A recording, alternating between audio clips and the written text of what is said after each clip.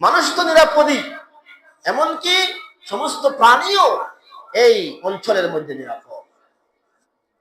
এমনকি ঘোষণা দেওয়া হয়েছে যে কোনো ব্যক্তি তার আপন পিতার হত্যাকারীকেও ওই হারামের এরিয়ার মধ্যে পায়, তবুও তার জন্য হত্যা করা জায়েজ নয়। সেখান থেকে বের করে এনে কিসাস নিতে হবে, বদলা নিতে হবে। সেখানে কি করতে পারবে না, ওই হুকুম নাফিজ করতে পারবে। ওমান দাখালাহু কানা আমিনা, যেই সেখানে প্রবেশ করবে সেই নিরাপদ।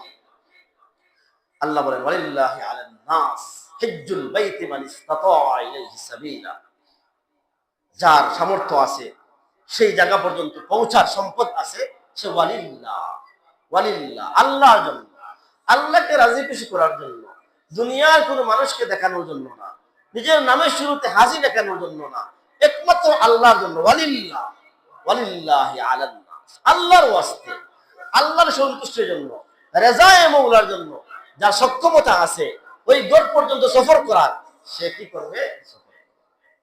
ওয়ালিল্লাহি আলান নাস হিজ্জুল বাইতি মান ইসতাতা ইলাইহি সাবিলা ওয়া মান কাফারা ফা ইন্নাল্লাহা গানিয়্যুন আনিল আলামিন।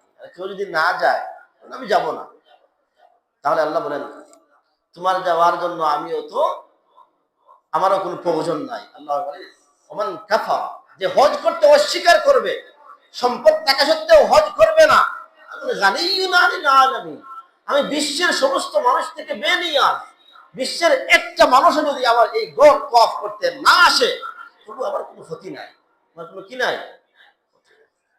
এমন কি বলা হয়েছে যে আল্লাহ যে পরিমাণে ফেরেশতা সৃষ্টি করে রেখেছেন, প্রতিদিন ৭০,০০০ ফেরেশতা বায়তুল মামুর সহ কাবা শরীফ তওয়াফ করেন, কিয়ামতের আগ পর্যন্ত ওই ৭০,০০০ আবার দ্বিতীয়বার চান্স পাবে না।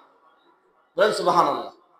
কি পরিমাণ ফেরেশতা আল্লাহ দিয়ে আল্লাহ ওই কাবাগরকে তওয়াফ করাইতেছেন। ৭০,০০০ প্রতিদিন তওয়াফ করেন বায়তুল মামুর এবং বায়তুল্লাহকে, কিয়ামত চলে আসবে, ওই ৭০,০০০ আর দ্বিতীয়বার চান্স পাবে না যে আবার তওয়াফ করাবে।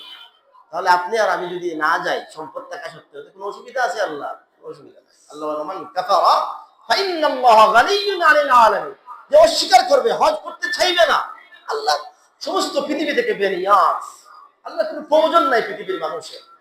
কিন্তু মানুষের দেখে আল্লাহর কি আছে? প্রয়োজন।